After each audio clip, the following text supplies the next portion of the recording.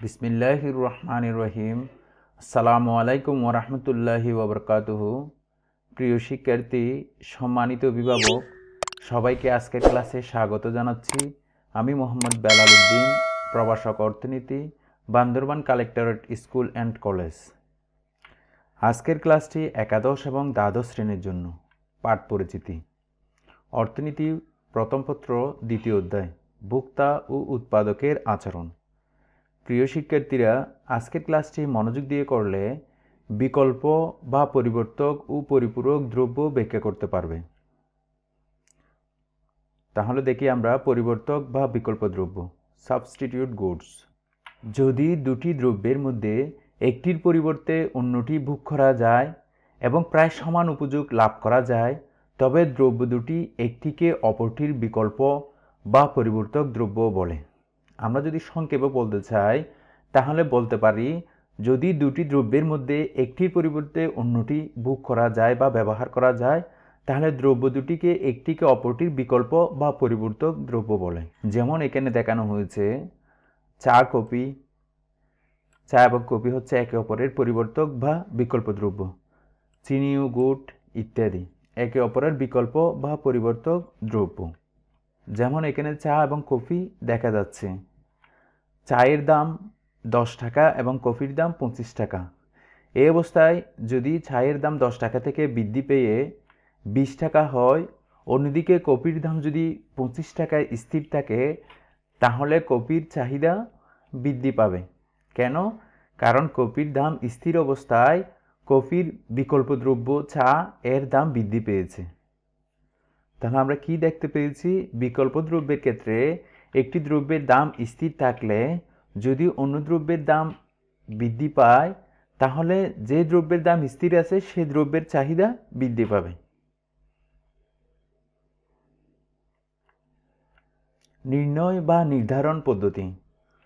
দ্রব্য দুটি পরস্পর বিকল্প বা পরিবর্তক কিনা তা নির্ধারণ করা যায় দুভাবে। যেমন 1.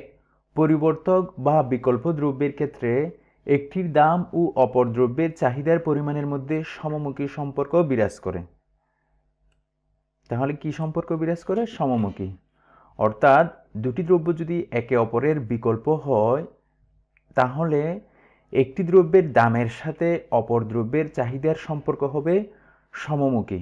অর্থাৎ দুটি দ্রব্য যদি একে অপরের বিকল্প বা পরিবর্তক দ্রব্য হয়, তাহলে এক্ষেত্রে একটির দাম বৃদ্ধি পেলে অন্য দ্রব্যের চাহিদা বৃদ্ধি পাবে। একইভাবে একটি দ্রব্যের দাম হ্রাস পেলে অন্য দ্রব্যের চাহিদা হ্রাস পাবে। তাহলে বলতো, পরিবর্তক বা বিকল্প দ্রব্যের ক্ষেত্রে একটি দ্রব্যর দামের সাথে অন্য দ্রব্যের চাহিদার সম্পর্ক কি? সমমুখী। 2. দ্রব্য দুটির আড়াআড়ি স্থিতিস্থাপকতা পরিমাপের ফলাফল ধনাত্মক হলে তারা পরস্পর বিকল্প দ্রব্য হিসেবে বিবেচিত হবে। তাহলে যদি দুটি দ্রব্য পরিবর্তক বা বিকল্প হয়, তাহলে ওই দুটি দ্রব্যের যদি আমরা আড়াআড়ি স্থিতিস্থাপকতা বের করি, তাহলে অবশ্যই শূন্যের থেকে কি হবে? বড় হবে। অর্থাৎ ইসি গ্রেটার দেন 0 হবে। তাহলে আমরা এখন চিত্রের মাধ্যমে পরিবর্তক বা বিকল্প দ্রব্যের চাহিদা রেখা দেখব। চিত্রে ভূমিয়ককে কফির চাহিদা এবং লম্বককে চায়ের দাম ধরা হয়েছে। যদি চায়ের দাম 10 টাকা হয়, তাহলে কফির চাহিদা 1।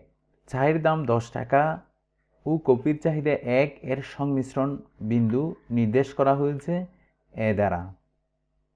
এই অবস্থায় যদি চায়ের দাম 10 টাকা থেকে বৃদ্ধি পেয়ে 20 টাকা হয়, তাহলে কফির চাহিদা 1 থেকে বৃদ্ধি পেয়ে 2 হয়। বৃদ্ধিপ্রাপ্ত চায়ের দাম এবং বৃদ্ধিপ্রাপ্ত কফির চাহিদার নতুন সংমিশ্রণ বিন্দু নির্দেশ করা হয়েছে বি দ্বারা।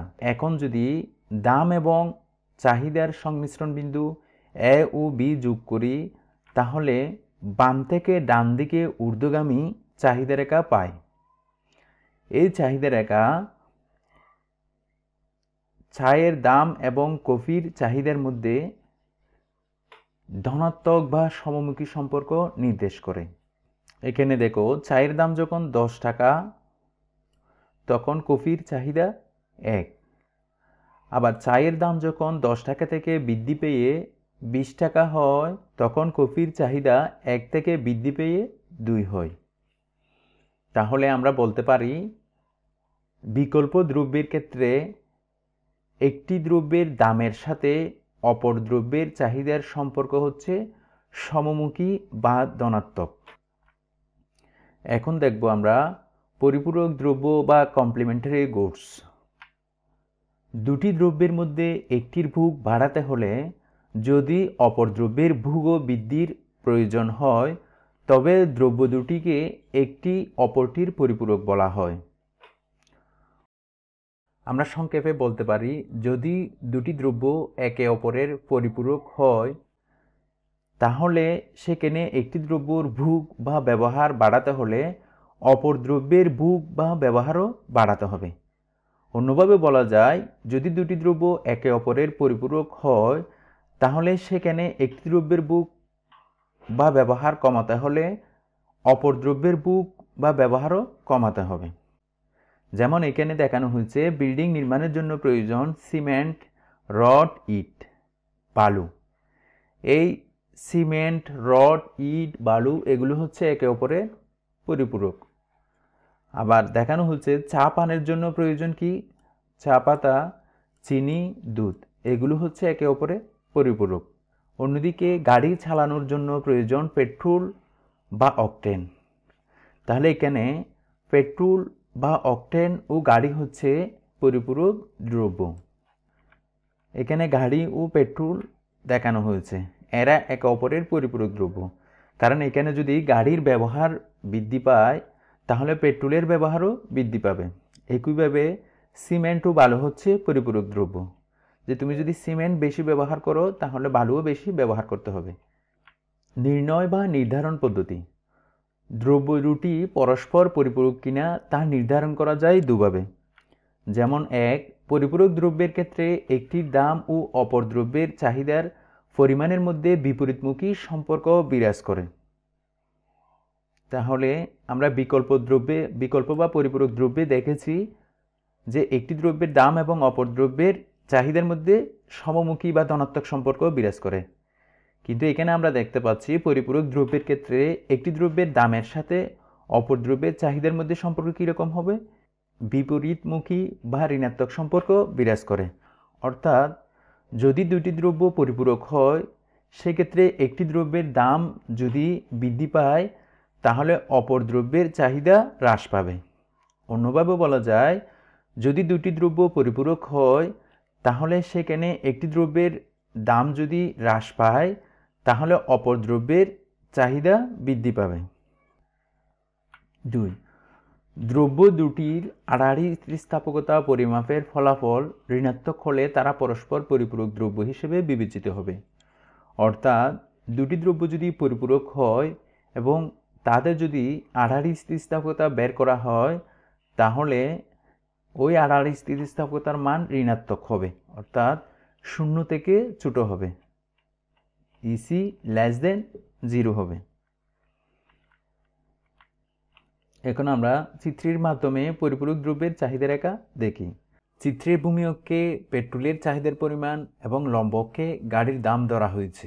প্রাথমিকভাবে গাড়ির দাম যদি 10 ধরা হয়, ধরে নিলাম পেট্রোলের চাহিদা 10। এই অবস্থায় গাড়ির দাম ও পেট্রোলের চাহিদার সংমিশ্রণ বিন্দু নির্দেশ করা হয়েছে এ দ্বারা।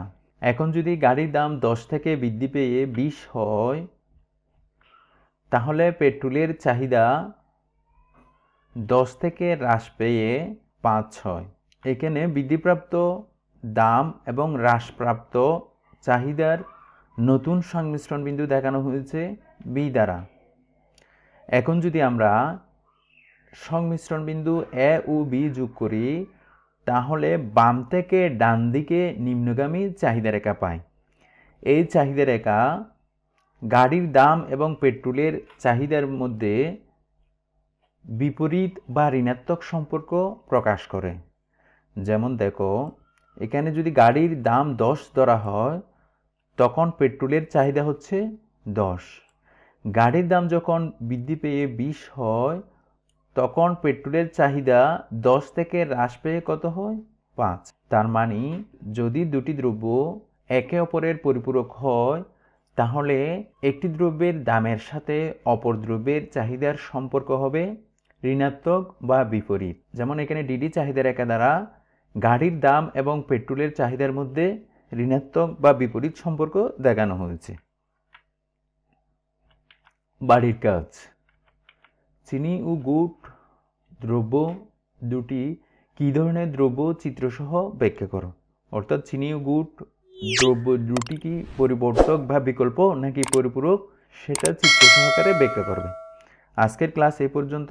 সবাই ভালো থাকবে, সুস্থ থাকবে। আল্লাহ হাফেজ।